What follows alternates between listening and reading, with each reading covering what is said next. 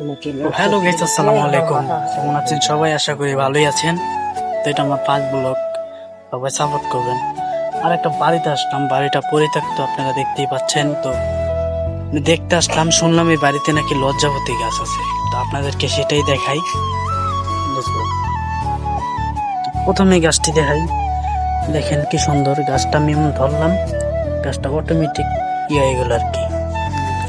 দেখেন প্রত্যেকটা গাছ যেটা ধরবেন ওটাই এমন হয়ে যাবে, মানে আজব দূরে দেখা। অস্থির ভাই, অস্থির। অনেক গাছ সুন্দর আমি গাছটা। প্রথম দেখছি লজ্জাপতি গাছ, আমি অনেক শুনছি কিন্তু দেখি নাই। আজকে দেখলাম কত সুন্দর করে। ভাই গাছটা সেই ধরা মাত্রই বাড়িটা দেখতে পাচ্ছেন, পুরো পরিত্যক্ত বাড়ি। এখানে তো আমার এক বন্ধু এখানে বসে আছে। যাই হোক, বাড়িটা কিন্তু অনেক পুরনো। এখানে যে কেউ আসলে ভয় পেয়ে যাবে। তো কিছু ফুল আছে এখানে দেখা যাচ্ছে, এগুলা কি ফুল আমি জানি না, তবে লতা পাতা অনেক, তো তাই কিছু ফুল গাছ এখানে হয়েছে। তো লজ্জাপতি গাছগুলো কিন্তু অস্থির, কি সুন্দর ধরলেই বোঝা যায়, মানে একবার আটকে যায় আর কি। কি অস্থির গাছগুলো। আর গাছটি গায়ে কাটা কাটা হালকা, তো দেখতে পাচ্ছেন পুরো একদম আজব ধরনের আল্লাহর কি সৃষ্টি। গাছগুলো অটোমেটিক ধরলেই অটোমেটিক হয়ে যায় আর কি।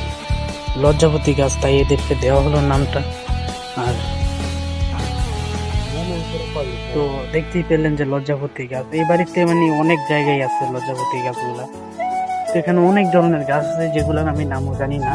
এটা কি গাছ জানি না, এটা কাটাওয়ালা, হালকা কাটা আর কি গাছটায়। তো নামটা জেনে থাকলে বলবেন। গাছটা কিন্তু অস্থির, কি সুন্দর গাছ। বাড়িটা পুরো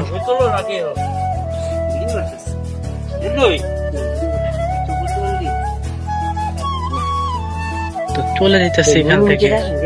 আর সবাই আমাকে ফলো করবেন বেশি বেশি।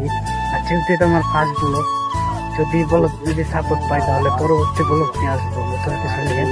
তো আমি এখান থেকে চলে যাচ্ছি। এখানে আমাদের এলাকাটা পুরোই আজব ধরনের, কত অস্থির অস্থির আমাদের এলাকা। এখানে সুপারি গাছ, এই যে বাগানের ভিতরেও বাড়ি আছে, এখানে আরো অনেক অনেক বাড়ি আছে দেখতে পাচ্ছেন। তো আমার কিছু বন্ধু আছে যারা আজব ধরনের, মানে ওরা যেখানে যাইবো একটা না একটা ফাইলামি করবে। ওই কিছু বলার নেই, চলে যাবো। সবাই ভালো থাকবেন। আর দেখবেন আমার এই আইডিটাকে সাবস্ক্রাইব করে দিবেন এখন।